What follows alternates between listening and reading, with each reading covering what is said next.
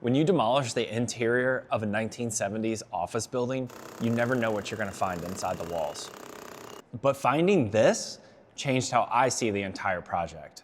This is week 7 of transforming this 1970s office building into Superstay's newest residential style boutique hotel. And this week we finished demo, but we've got a huge problem. That's right, we found a literal time capsule in this building, White Castle cups, anti-litter cards, and a newspaper from the day Apollo 13 splashed down in the ocean safely.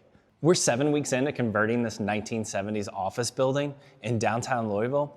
This week we finished demo, and the place is finally a blank canvas. But here's the thing, we still don't have a building permit. I'm gonna show you the $2,000 extra I spent this week to make sure our timeline's on track and what it took to get there. Monday started with a critical mission, cutting all the trenches for the basement plumbing. One mistake here means toilets and showers in the wrong place, and that doesn't work. But when the crew showed up with a diesel-powered concrete saw the size of a small car, I realized we had a different problem. The problem was diesel fumes in a basement with no windows. The solution was 4 industrial-sized fans pushing air down this stairwell and 4 industrial-sized fans pulling air up out of that hole, out of the basement, to make sure that there was no fumes and no dust. We basically turned the basement into a giant wind tunnel. The cutting and coring crew were here for almost 4 hours, cutting the concrete slab up and making a huge muddy mess in the process. But here's what mattered most. Every cut had to be perfect, and we couldn't miss a single toilet, sink, or shower drain. You see this 8-inch by 3-foot section that's cut out? They missed a toilet. It's a little rough here because the crew had to jackhammer it out by hand. It took them over 2 hours to do this section, and we can't call back the coring and cutting company after they've been here. It's just too expensive. It was cheaper to do it this way. But we don't want to do this across all 10 toilets that are down here. There's no margin for error when you're doing concrete cutting.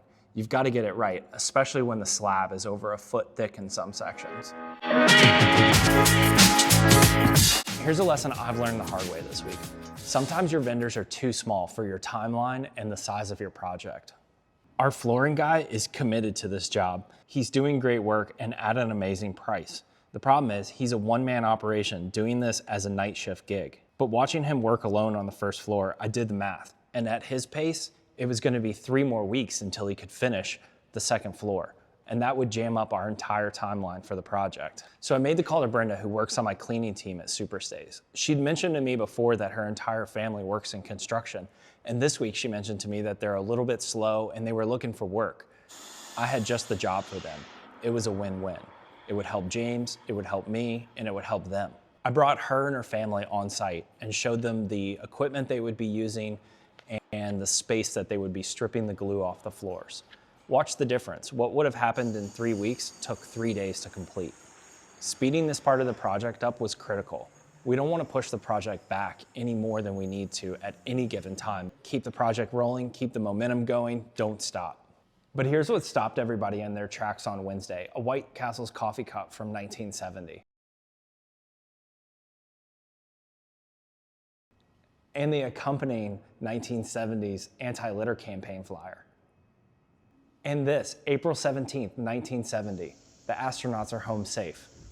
The day Apollo 13 splashed down, someone building this wall decided to leave us a message. Here we are now, 55 years later, turning it into something different. While all this was happening, we had 8 living rooms and kitchens that needed windows put in this wall where there's not a single window in it.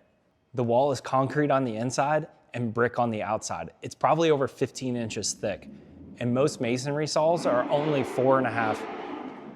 Can y'all not?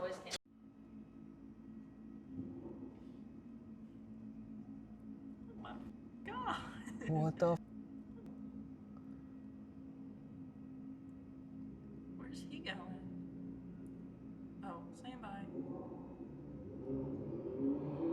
Whoa, you ready? The puzzle is this: steel picture frames, masonry lintels, or combining the 2 windows into one. Today we had 1 engineer, 2 different vendors, and 3 different solutions. We're having them bid every option so we can get the best price. We're tinkering a little bit here.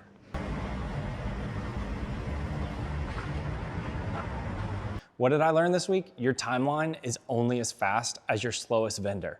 Drum, rope, buffer. That $2,000 I spent to speed up the floors, best money I've spent so far. But here's what's keeping me up at night. We're ready. The HVAC contractor is lined up, the drywallers are scheduled, and the plumber is ready to put his pipe in the trenches in the basement. But there's still tons of red tape and we don't have a building permit. 7 weeks of demo and we can't put a wall up now. We're stuck. We're burning time, we're burning money, and we can't move forward. We need that building permit. Right now, this building is worthless. It's not an office that somebody can rent. It's not a hotel that somebody can rent. It's just 4 walls that nobody wants. We're literally stuck in no man's land. And I'm hoping we can get out soon and build this place into the hotel it needs to be. Comment below what you think we should leave in the walls when we build the concrete block walls outside for the stair towers and the elevator. Next week, we either get a building permit and you can watch this place transform at lightning speed, or you can see what happens when a multi-million-dollar construction project grinds to a halt. Plus, we're finally gonna have a decision on the windows that could make or break the budget. We're 7 weeks in a long journey from an old office building into an amazing residential style boutique hotel. Subscribe and I'll show you every win, loss, and surprise along the way. I hope we have a building permit next week. Check back in, like and subscribe, follow me on socials. Let me know what you want to see. Love to see some feedback. Catch you soon.